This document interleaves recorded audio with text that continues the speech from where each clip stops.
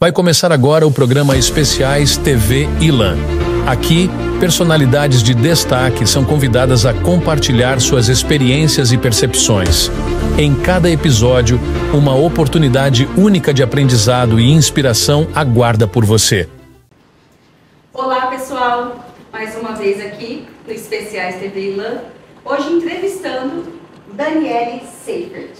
E esse sobrenome, Dani? Eu, primeiramente, quero agradecer o espaço aqui, muito contente de estar em Araçatuba com vocês. E aqui a minha chegada já hoje com o podcast. Janice Seifert, descobri esses dias que é de origem suíça-alemã e eu achava que era só alemã. Então eu fiquei feliz, porque aí eu posso de repente achar uma cidadania suíça, né? Além de alemã, mas a pronúncia se fala Seifert, mas eu falo Seifert porque é mais como escrita, né? Seifert, não é muito complicado ficar Seifert, a galera sempre pede para soletrar.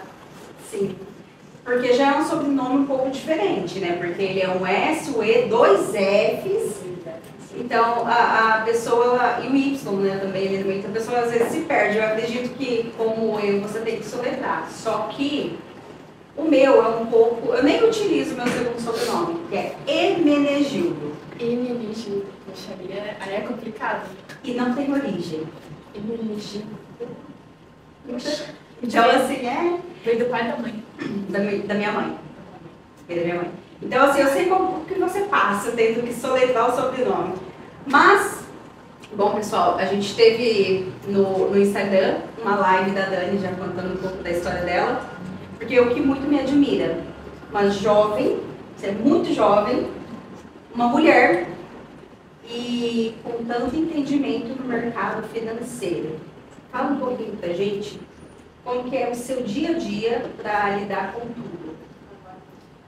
Janice, eu comecei no mercado cripto em final de 2020 e eu tinha uma profissão normal como as outras.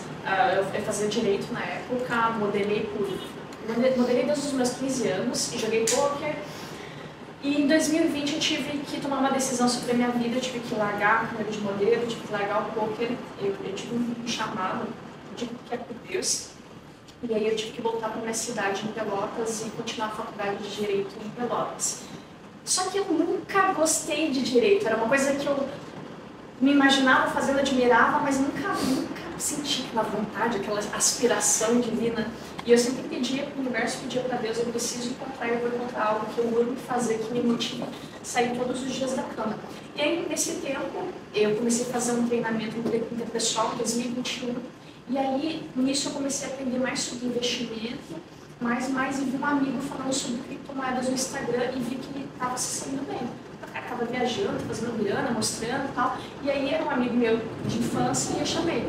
Matheus, me fala aí o que é esse negócio de criptomoedas que eu quero aprender mais. Ele deu pouco assunto, falou, Dani, lê O Futuro do Dinheiro da Perini, é um livro muito bom, acabei de ler. Aí fui lá imediatamente li, porque eu não tinha nenhuma referência, nenhuma pessoa que conhecesse que estava em cripto. Só que aí eu li o livro e me lembrei que em 2017 um amigo meu tinha me mandado uma foto de garagem de mineração. Na época, em 2017, isso em 2020, eu me lembrei, eu estava na minha profissão, estava fazendo as minhas coisas, mandei mensagem para ele e aí, a partir daí, ele começou a me mentorar, me guiar no mercado cripto. Eu fui estudando mais sobre Bitcoin e aí, quando eu entendi, eu percebi que eu entendi, eu falei, por que eu demorei tanto tempo nisso? Eu demorei para entender o que era de fato. Ainda ficava, eu não tinha muita fé porque eu não entendia muito bem, ficava embaçado os conceitos. Só que quando eu entendi, quando virou a chavezinha, eu falei, caraca, agora eu preciso falar isso daqui para as pessoas. Mas nunca, apesar de ter modelado, eu nunca tinha falado assim, nunca tinha linkado sobre qualquer coisa do tipo. Né? Então, foi aí em 2021 que eu tive a ideia de ir para as redes sociais e começar a falar sobre tudo aquilo que eu estava aprendendo. Então, eu não estava pronta. Eu estava aprendendo e estava falando, e ensinando, aprendendo. E assim foi até hoje. Qual foi a sua primeira impressão? Porque a gente sabe que existe um preconceito das próprias mulheres com mulheres que se destacam.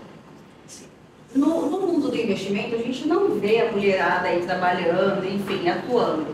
qual foi a sua primeira impressão quando você chegou? Por eu ter passado no poker, então eu experimentei estar no ambiente com muitos homens antes, por coincidência, sim. Foi uma coisa que eu vi no poker, fui para os campeonatos brasileiros, sou vice-campeã, né, na modalidade turbo knockout, em 2 troféus, enfim. E então eu já tinha experimentado um ambiente onde 97% das pessoas são homens e poucas mulheres. E me questionei muito sobre isso. E quando eu estava no poker, eu fiz um treinamento com uma mulher. E tem uma diferença, porque por natureza humana, fisiologia, nós somos diferentes dos homens, quimicamente. E até a maneira como isso você pode utilizar, por exemplo, numa mesa de poker. Porque a imagem que uma mulher passa numa mesa de poker, por exemplo, é uma imagem de credibilidade. Eu não olho assim, eu vou aqui deitar, que é acostar em cima dela, ela vai largar a mão, já vai se assustar. Não, ela não está blefando. Então você consegue, com a imagem que a mulher passa numa mesa, você consegue já jogar conforme isso. Então eu já tive essa primeira impressão. Quando eu fui para o mercado cripto, eu vi que tinha, e para a área de investimento também, eu vi que tinha a mesma função, a mesma semelhança. Poucas mulheres, porém mais do que no poker. Eu vi que não era a mesma coisa que no poker. Já tinha mais mulheres se interessando.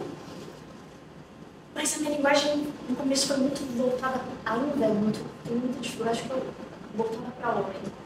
Isso é uma coisa que eu tenho que até eu tenho que estar me policiando.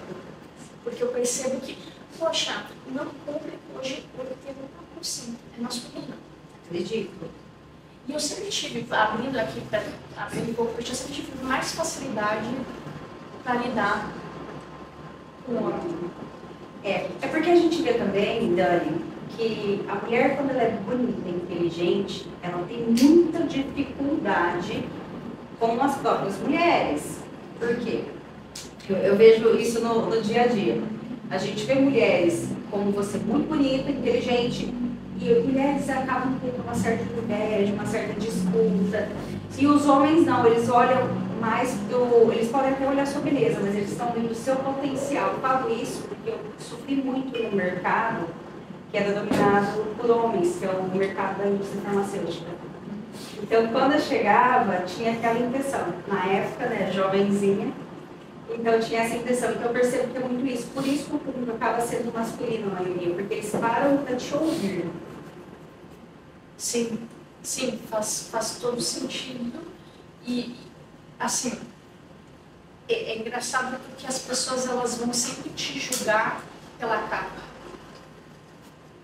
E aí, as pessoas acham que, enfim, eu não estou falando se eu sou bonita, não estou me auto-julgando se eu sou bonita ou não. Não estou falando isso, mas elas vão te julgar pela capa. Elas vão falar, ela vem de família, tem dinheiro, teve pai, teve mãe, teve uma família estruturada, ou por ser bonita talvez não tenha tanto conteúdo, ou as pessoas elas estão sempre, e eu digo me incluo, porque eu também tenho meus pré-conceitos. E aí quando eu vou ver, de fato, não tem nada a ver com aquele, o conceito mesmo não tem nada a ver com o preconceito que eu tinha. Nós nos equivocamos. E é por isso, por esse equívoco, Fernando, desculpa te interromper, que as pessoas elas exploram tanto isso nos outros. Sim. É uma visão que a gente já tem, um conceito que a gente tem desde a infância, que a mulher bonita, a mulher inteligente não combinam. A gente tem essa dificuldade. E a gente vê muito no mercado de trabalho. Conseguiu o emprego XY porque é bonita. Não vê o conteúdo e a gente perde de conhecer tanta gente boa por conta de conteúdo. Quando eu comecei a ver seus conteúdos, eu falei, meu Deus. Eu falei, a gente tem que trazer essa música pra cá. A gente precisa urgente trazer a letra pra cá, porque é um conteúdo totalmente diferente. Falei pra você também no Instagram. Totalmente diferente para abrir a mente da mulherada e elas verem que existem novos caminhos. Porque o que a gente tem de taxa de mulher separada, solteira, mãe solteira, e aí trabalhando, às vezes, no pesado mesmo, 2, 3 empregos, sendo que ela poderia aprender uma nova profissão como investimento, que hoje é fácil você aprender, conseguir conteúdo e estar se profissionalizando. E as mulheres às vezes não acordam. A gente aqui em Aracatuba, a gente tem muitos casos de mulheres, mães solteiras, mas que não se abrem, por exemplo, do Bitcoin, nem sabem o que é o Bitcoin, acha que isso é coisa de milionário. E eu acho interessante que você vem trazendo essa possibilidade para as mulheres. E eu tive uma coisa muito interessante, porque cabe a mim também me comunicar de uma forma mais específica, mais assertiva com as mulheres. Porque muitas vezes eu acho que não toco nesse assunto, mas é uma coisa que eu deveria estar tocando mais porque eu sei da importância.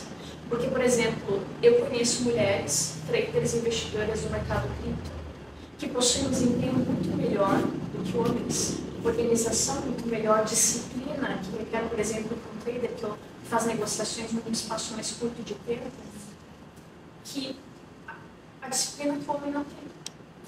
Então, cabe também a mim, a minha comunicação também afinar um pouco mais para trazer nesse ponto, porque o mercado cripto, ele é um mercado totalmente democrático.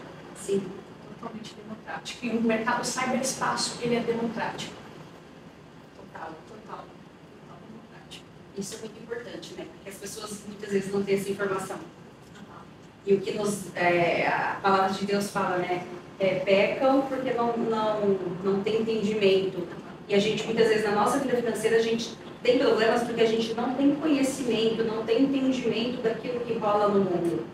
E, Dani, também dando essa entrada que temos aqui, nos fala um pouquinho sobre esse novo processo, inclusive de cursos, empreendimentos. Eu comecei no mercado cripto, já disse, comprando Bitcoin por longo prazo.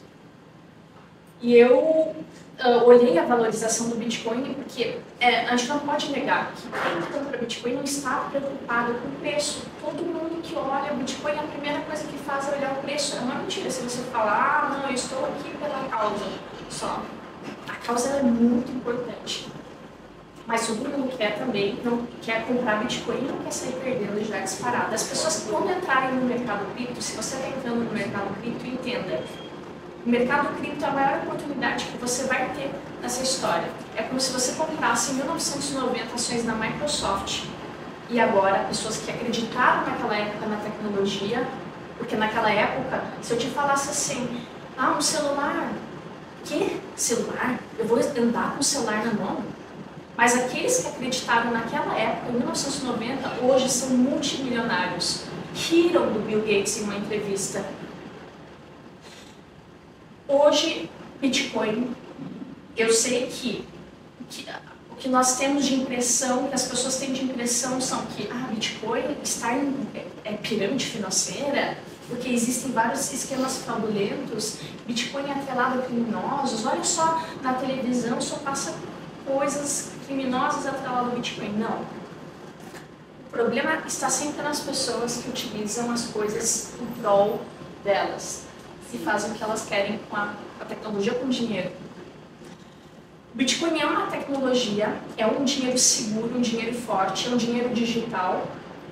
É a mesma coisa que o real, que o dólar, só que ele tem nas suas características coisas que tornam muito mais seguras que o real. Então, falando do aspecto de investimento, se você estudou um pouco sobre a tecnologia, blockchain, sobre o Bitcoin, decidiu investir em Bitcoin, que é um processo simples, é abrir uma conta na corretora, como se você baixasse um aplicativo no seu celular de um banco, fizesse o cadastro, fizesse uma transferência por Pix e trocasse lá dentro do seu real por Bitcoin. Você precisa entender que o mercado é cíclico. O que significa isso? Apesar de no longo prazo o Bitcoin ter sido o ativo que mais se valorizou, no curto espaço de tempo ele teve momentos corretivos. No curto espaço de tempo o Bitcoin ele corrige 80%. O que eu quero dizer é, se você comprou R$100, no curto espaço de tempo ele pode cair 80%. É muita coisa. Dani, então eu não vou comprar, vou perder dinheiro. Só que no longo espaço de tempo ele se valorizou milhões por cento. Ele saiu de 0 para 69 mil dólares, para 72 mil dólares, isso dá mais de 400 mil reais. E ele só tende a crescer. E aí a gente teria que entrar em detalhes mais técnicos. Então, o que eu falo? Muito cuidado, estude bem antes, vá com calma quando você for entrar em Bitcoin, mas entre, aproveite essa oportunidade. E aí, com o passar do tempo, né, para falar do que a gente tem desenvolvido hoje, nosso projeto, o que a gente tem feito é criado ferramentas tecnológicas automatizadas que fazem o investidor não precisar comprar e vender. Não é ele que vai lá manualmente compra e vende, ele tem que analisar o gráfico e decidir, será que agora isso está no momento bom de compra, será que não vai cair? Não, a própria ferramenta, ela tem as características lá, que a gente bota os indicadores que automatizaram, a gente automatizou a estratégia da PlayStation, e ela te fala, compra, vende. Na verdade, mais do que ela te falar para comprar e vender, ela própria compra e vende, dentro da corretora. Automatizada dentro da corretora. Está na hora de comprar, ela efetua a compra. Está na hora de vender, ela coloca a venda. Ela vende. A nossa ferramenta, ela tem um nível de assertividade de 50%. Só que o que acontece? A rentabilidade ela é muito grande. De janeiro até junho, 100% de rentabilidade. Ah, mas 50% das vezes vai acertar e outras 50% das vezes vai errar. Só que quando ela acerta a direção do preço do Bitcoin ou do Ethereum, ela ganha muito mais do que perde. Então, quando ela vai contra a direção do ativo, da ordem ali, ela já automaticamente sai da operação. Então ela faz essa proteção e a rentabilidade ela tem sempre muito maior, mesmo com o nível de assertividade pequeno. Não sei se tu entende o que eu entendi. Então, inclusive uma das minhas perguntas o que você pensa? Porque a gente vê moedas digitais sendo criadas e tudo mais, a gente vê que a Ethereum e o Bitcoin foram as que mais se destacaram no mercado. O que você acredita que levou a essas duas moedas, essas duas criptos, elas terem se destacado tanto no mercado e ganhado esse valor? Porque não é preço, é o valor que ela transmite ali para o investidor. Sim.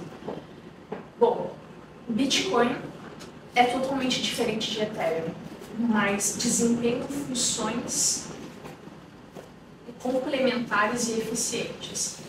O Bitcoin ele veio com a função de ser um dinheiro, um sistema de dinheiro eletrônico ponto a ponto.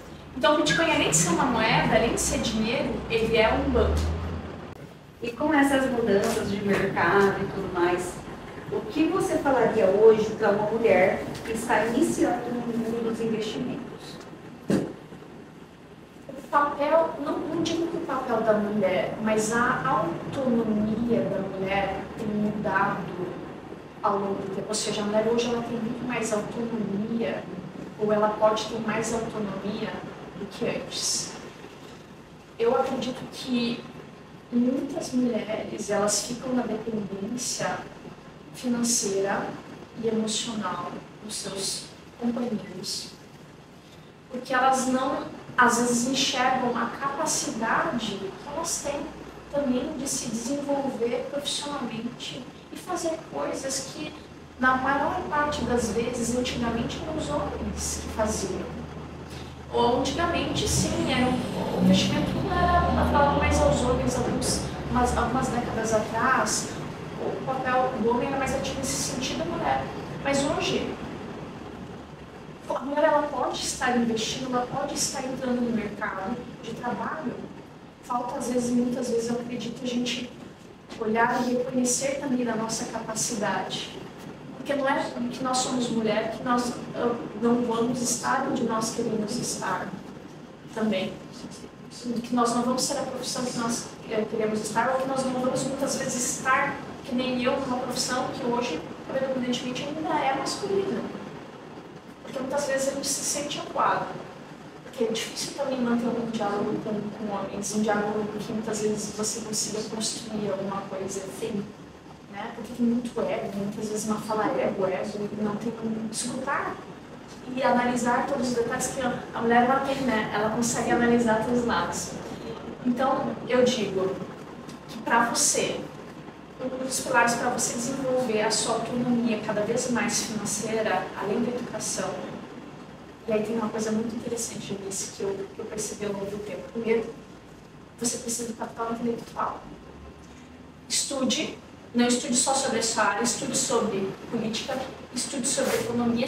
É primordial para você entender e sair da cegueira desse sistema que te engana, que nos engana.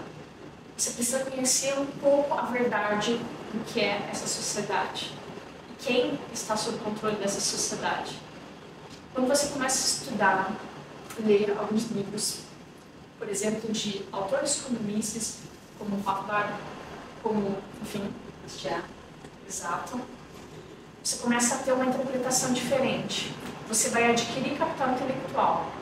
Depois que você adquirir capital intelectual, você vai adquirir capital humano. Pessoas vão querer se conectar a você, pessoas de valor, porque você precisa também se conectar a pessoas de valor.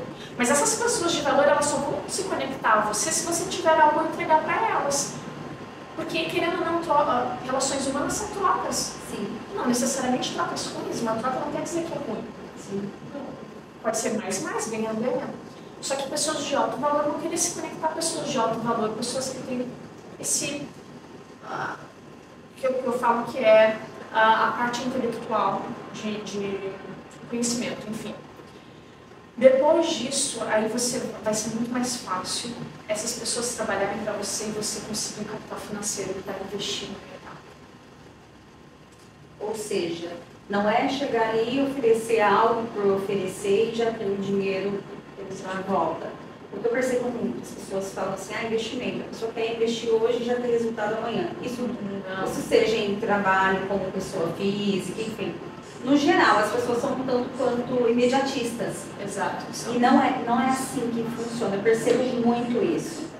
A gente tem que plantar, para depois começar a colher, né? Exato, com certeza. Tem dois pontos. Então, é um imediatismo e, às vezes, muitas pessoas chegam para mim e falam, Dani, eu não tenho caixa, o que eu vou fazer? Eu não tenho dinheiro para investir. Bom, se você não tem dinheiro para investir, é porque você provavelmente precisa aprimorar, conhecer mais um pouco da sua área, crescer de conhecimento, crescer de pessoas ao seu redor. Entenda o que a Janice está falando. Não é um jogo da noite para o dia. E isso, muitas vezes, eu tive que lutar muito contra isso, contra entender que não é um jogo, não é um negócio da noite para o dia, é um negócio que você tem que ter calma, porque se você for afoito para o mercado vai devorar tudo que você tem. Ele te engole. Ele te engole, o mercado é impiedoso, ele te devora. Eu sempre digo que dinheiro não larga desaforo, né? E é muito isso. O que eu acho muito assim, interessante de olhar. Eu, como empreendedora, fiz CLT há muito tempo e eu sentia a necessidade de estar mais em casa, com minhas filhas, enfim. E depois que eu vim empreender, nos primeiros 6 meses eu trabalhei que nem uma louca, porque eu não tinha tempo para respirar. Só que hoje eu tenho a oportunidade de ter tempo de qualidade com minhas filhas. E eu acredito que no mundo do investimento, principalmente para a mulher que tem uma dupla jornada, é algo que se ela plantar certinho, ela tem uma colheita assim, tão bonita de se ver, né, por questão de tempo, qualidade de vida e se cuidar e tudo mais. Você também vê dessa forma? Sim, e isso vai muito do se questione, mulher, se questione. Se questione a respeito de, será que tudo que eu aprendi é verdade? Eu sigo muito a Bíblia, muito do que está escrito, mas até mesmo aquilo que nos ensinaram na escola, que os nossos pais nos ensinaram, se questione. Será que a carteira CLT é para mim? Será que eu não tenho outra opção? Será que eu não posso trabalhar para mim?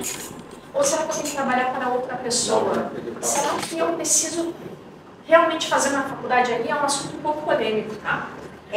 Aí é um pouco polêmico porque hoje muitos novos ricos que estão surgindo, muitos não têm uma faculdade, só que na maior parte, se você veio de uma família humilde, às vezes é preciso fazer uma faculdade, mas são pontos questionáveis. Sim. São pontos questionáveis. Sim. Eu venho de uma família muito humilde, não fiz faculdade, o que eu busquei foram cursos e mais cursos e estudar, assim, por conta mesmo. E eu sempre falo, não faço faculdade. A não ser se você quer ser um médico, atuar numa área muito específica que você precisa de um conhecimento científico, vamos dizer assim. Mas por quê? Hoje a gente vê muita doutrinação das faculdades. Você não vai lá para aprender, você vai ser doutrinado. Então é muito questionável mesmo. É muito questionável. O Bitcoin e o Ethereum, o Bitcoin como a primeira criptomoeda e o Ethereum como o segundo, eles são duas criptomoedas, apesar de eu não considerar o Bitcoin como criptomoeda e Ethereum sim. O Bitcoin tem uma característica e função muito importante e o Ethereum tem uma característica e função muito importante, só que não exercem as mesmas funções. O Bitcoin ele veio para ser um sistema eletrônico de dinheiro ponto a ponto. Ele além de ser um dinheiro, além de ser uma moeda, ele é um banco. Ou seja, que significa que eu não precise, para mandar a moeda do Bitcoin para você, a gente não precisa utilizar um banco. Da minha carteira, que carteira é da minha carteira digital, que está no meu celular, por exemplo, ou no meu dispositivo, eu consigo enviar diretamente para você, através do endereço, é como se fosse uma chave do Pix. Então eu te passo uma chave do Pix, tu me manda. Tu me passa a tua chave do Pix, que na verdade não é a chave do Pix, é a chave pública que nós falamos, eu te mando. Então por isso peer-to-peer, ponto a ponto, sem se preocupar em depender do banco, sem depositar confiança nas instituições bancárias, em indivíduos, em pessoas. Com o Bitcoin você não precisa se preocupar em confiar em pessoas que têm caráter dúbio muitas vezes. Você confia em códigos, em matemática, algoritmo, cálculo. Essa é a vantagem do Bitcoin, porque ao longo do tempo, Dionísio, a história mostra, seja no feudalismo, da Idade Axial, na Idade Média, na Era do Industrialismo, na Era Industrial, que esse pequeno grupo que controla as instituições financeiras, o governo, sempre foram um grande problema. Sim, o dinheiro. Sim. Eu falo às vezes, Dani, que nós podemos assim, chegar num ponto em que quem investiu em Bitcoin vai ter uma moeda ali, vamos dizer assim, para trocar. Mas quem não teve esse acesso, não teve essa expertise, não foi buscar, eu falo que o risco é grande de a gente voltar ao feudalismo, onde você vai precisar de uma mão de obra e eu sei fazer e eu vou te oferecer. Você acredita que possa chegar nesse ponto ou não? Acredito. Porque quando... Olha só, Junice, aí a gente entra num papo muito profundo, né? E eu não sei quanto tempo a gente tem. Pode falar, fica à vontade. Ao longo da história, o dinheiro ele assumiu várias formas, várias roupagens. Ele saiu de um sistema de confiança até chegar num dinheiro digital de crédito, acordos de crédito, chegar em papéis de moedas preciosas.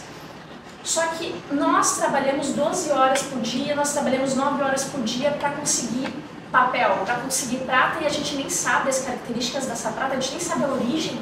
Desde quando o dinheiro é dinheiro, como a forma que nós conhecemos. Nós não sabemos nada, só que quando a gente estuda um pouco a história, a gente percebe que a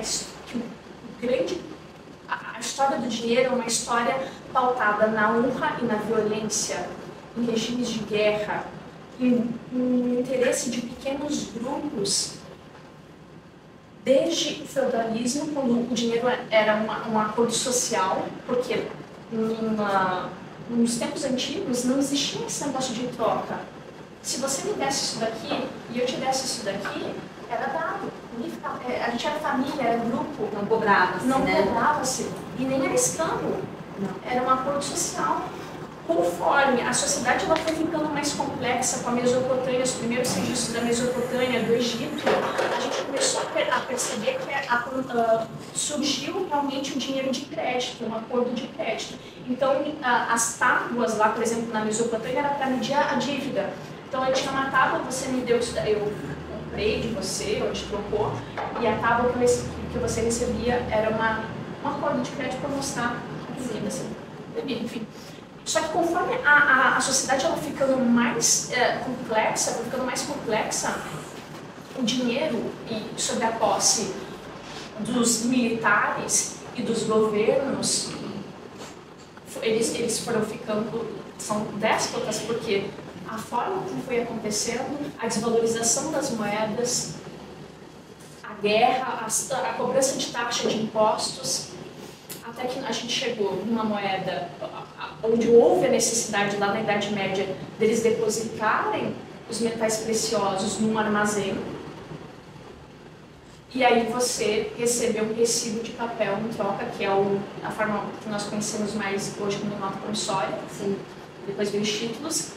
Só que o que acontece? Quando aqueles donos dos armazéns, que são os bancos, perceberam que eles tinham a posse daquele ouro, daquela quantidade, e que eles podiam imprimir e botar mais nota no sistema para financiar sempre a guerra, sempre a guerra.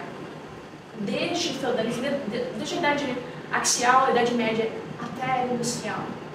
É tudo sobre poder. Tudo sobre poder e honra, pautado na honra, na violência. Só que chegou ao ponto de que a ascensão e queda de impérios, inúmeras vezes por conta da dívida que o governo e as instituições bancárias fizeram, a ascensão e queda sempre se resumiu a isso, até na Segunda Guerra Mundial, onde que a inflação lá alcançou 90%, e onde, aliás, Adolf Hitler se levantou como primícia para ajudar nessa situação. Então, só que agora não. A tecnologia vai mostrar o que o governo tem feito, o que o Estado-nação tem feito.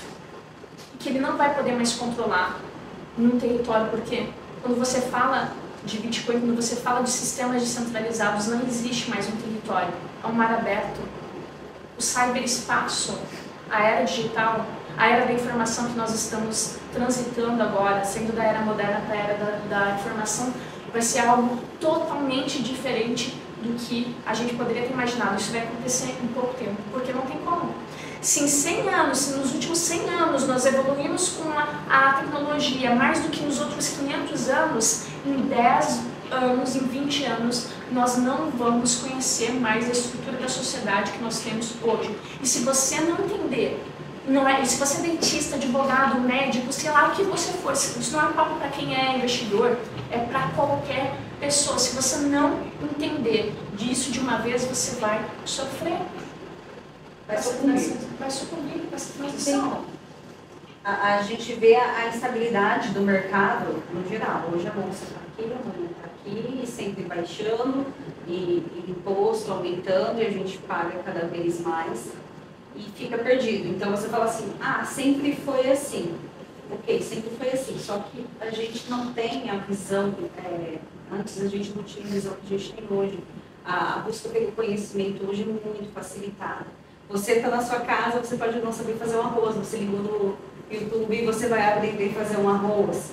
E isso em várias esferas de conhecimento, então, investimento, o mercado. Se você não tem esse conhecimento de como funciona todo o aparelhamento, você não dá conta.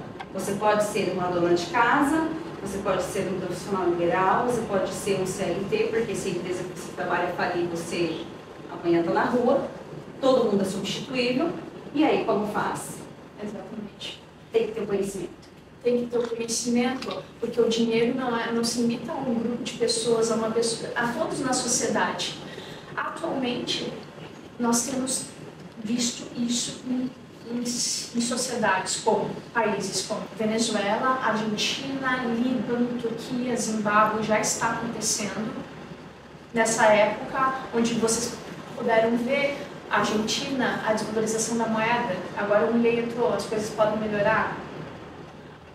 A desvalorização da moeda da Venezuela, com um ditador autoritário, Nicolás Maduro, Líbano, Zimbábue, sempre por conta, a causa, o governo, as instituições.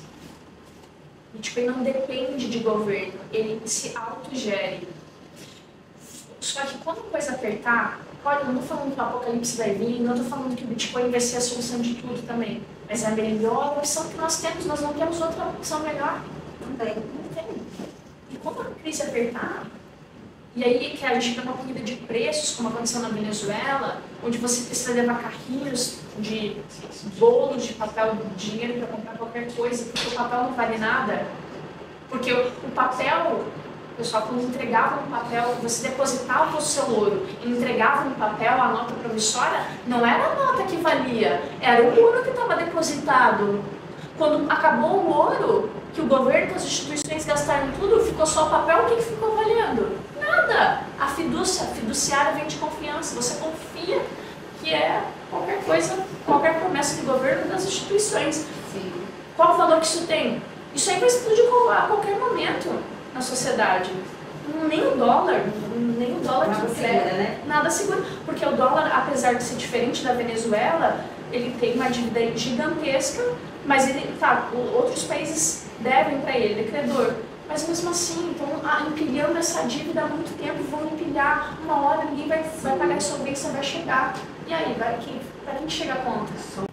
Realmente, é muito questionável. Eu falo que eu vim de uma família humilde, onde a gente não teve oportunidade de estudo. E eu vim estudando, trabalhando sem querer sair daquela situação. E eu não fiz faculdade, porém estudei muito, fiz muito cursinho técnico, enfim. Fui me aprofundando e me especializando. Porque eu acredito que hoje é muita doutrinação nas escolas ao invés de ensinar. Então, se você vai ser um médico, um advogado, você precisa de uma educação científica, de um estudo mais focado, você deve fazer faculdade, mas sempre... Né? É muito questionável, Por exemplo, eu fiz direito por 4 anos, falta um ano para me formar. Porém, hoje eu acho interessante economia, mas se eu for fazer economia, eu vou entrar nos mesmos moldes, vou ensinar sempre as mesmas coisas, a pensar sem questionar, sem senso crítico. Eu estava analisando, eu estava fazendo umas aulas para tirar um certificado, né? E aí eu comecei a assistir as aulas de política monetária e o cara passava a matéria sem questionar, sem trazer o senso crítico, sem questionar, tá? Isso na faculdade é assim, aquele ensino padrão moldado. Então, se eu fosse fazer economia hoje, será que eu falar sobre a nova economia que está se formando? Jamais. Jamais, os caras não têm. Eles não atualizaram, eles querem atualizar a Bíblia, mas não querem atualizar os moldes de ensino, né? A gente percebe muito isso. Hoje a gente não tem mais um estudo, a gente não tem mais uma busca por conhecimento, a gente tem pessoas querendo provar para elas mesmas o que elas não sabem que são. A gente vê as jovens, tipo, eu sou menine, só que ela não sabe o que é. E aí você vai falar de investimento para essa menine, ou esse menine, não sei mais. Não sei mais o que falar. É boiceta agora, que eu disse que eu acho que é alienígena pela última explicação que eu ouvi. Da gordinha que canta lá, eu posso falar gordinha porque eu estou no meu lugar de fala. E assim, é muito louco. Aí você vai falar de investimento, sobre questionar, eles querem questionar sobre tantas coisas, mas não questionam sobre o conhecimento. Você repara isso também? Sim, e isso se dá até pelos governantes da nossa sociedade. Por que as pessoas hoje, os governantes que deveriam estar pautando seus discursos, seus pensamentos não em religião, ou sei lá o que, ou defesa de não sei o que, mas sim em ações que tenham impacto na sociedade, é muito extremista, é porque os aspectos conservadores da direita e não sei o que, ou os aspectos extremistas da gênero, defesa de gênero, não sei o que, da esquerda, e só dá esses pontos. Só que, galera, nós estamos morrendo, o planeta Terra está acabando. Os recursos naturais estão acabando, a economia está indo para o ralo e eles estão falando em quê? Nada. Então esse papo que a sociedade evolui tecnologicamente, mas não comporta essa evolução, não evolui na maneira de pensar em como nós vamos comportar a evolução, evolui no plástico da sua geladeira que não se recicla, que não... Como é que se fala quando o material ele é automaticamente... Não é biodegradável. Não é biodegradável? O plástico, ele não é biodegradável. Ele fica 100, 200, 500 anos na natureza. Quais as consequências disso? Então, e a gente vem de uma cultura, principalmente no Brasil, que a gente descarta em qualquer lugar porque tem espaço, né? É diferente de um Japão, outro lugar. Você fala sobre essa questão da sustentabilidade, a evolução e a sustentabilidade, e é uma coisa assim, que se você for parar para observar, as pessoas só querem crescer, e não olham as consequências, porque a gente vai pela lei da física, toda ação gera uma reação. Então, se eu estou num processo de expansão, de evolução, automaticamente vai ter uma reação aqui atrás. E as pessoas elas não pensam nisso, de forma alguma. Não pensa nisso, pensa em evoluir infinitamente, sendo que o planeta é finito. Sim. E não pensa em como vai suportar essa evolução. E as pessoas da nossa sociedade, os jovens de hoje, estão preocupados não nisso, mas em defender gêneros diversos. Sim, tudo bem, né? Vai defender gêneros, isso é importante, né? Evolução da sociedade, tudo bem. Mas umas coisas que estão da extrema esquerda, da extrema direita, que são coisas que não vão fazer no final do dia nenhuma diferença na prática da nossa vida, né? Não tem pensamento crítico. Ah, não, mas eu tenho o que eu quero dizer. E eu até vou te fazer uma pergunta. O que você me fala sobre o feminismo? Eu acho que o feminismo que nós temos hoje é muito confuso. As pessoas elas estão invertendo muito, né? É o papel da mulher, o papel do homem na sociedade e se afastando da forma natural. Eu acho que, de certa forma, o feminismo ele contribui um pouco para a autonomia da mulher, mas a maneira como nós temos hoje, ele expresso na nossa sociedade, eu acho que é uma forma muito equivocada. Eu odeio feminismo. Muito equivocada, assim. Eu falo assim, né? A mulher ela tinha tudo para evoluir e crescer.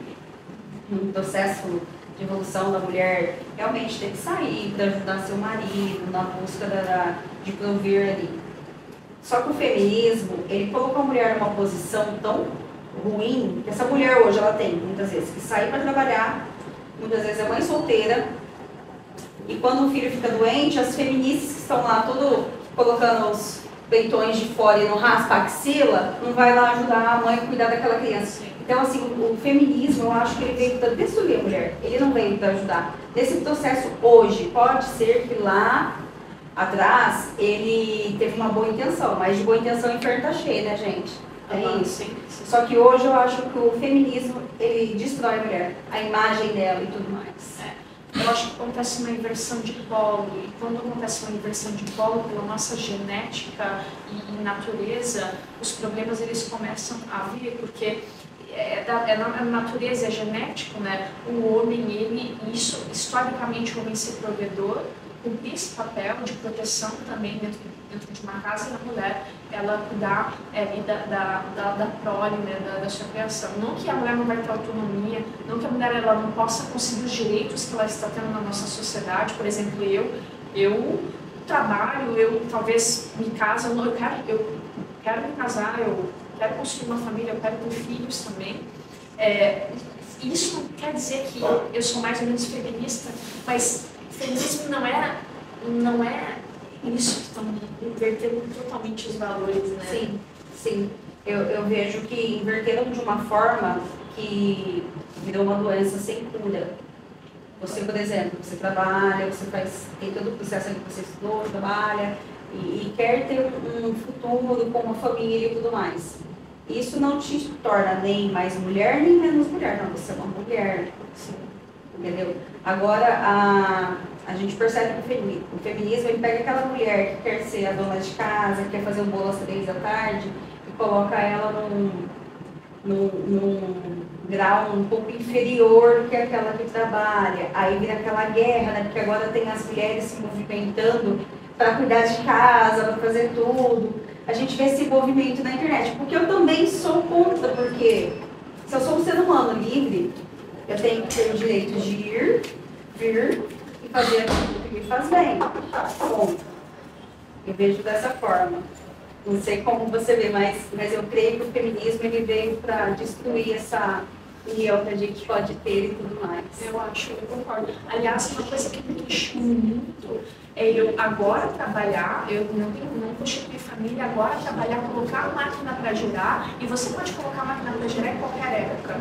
Mas depois, se eu quero me dedicar à criação dos meus filhos, eu quero estar mais presente, eu quero estar cuidando da minha carreira também, mas eu quero estar presente com meus filhos. E isso é bonito, isso é natural. A mulher que ela cuida da sua família, a mulher que ela cuida dos seus filhos, e já é um trabalho tremendo.